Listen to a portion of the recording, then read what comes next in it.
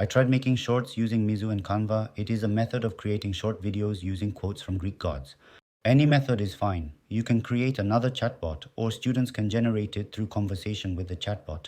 The important thing is that since we are making shorts, the shorter the sentence, the better. First, I asked Mizou to organize 10 quotes from the gods in Greek mythology into a table format. Once the 10 quotes are ready, log into Canva and click on videos. Since we are making shorts, click on mobile video. Click on bulk create in the left menu bar. If you can't see it, search for bulk create in apps and click on it. Click on enter data manually. When the pop-up appears, click on clear table to delete everything.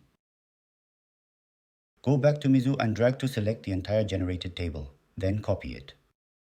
And then paste it into Canva. Click on done afterward. In the Canva screen, specify the location for the figure and quote.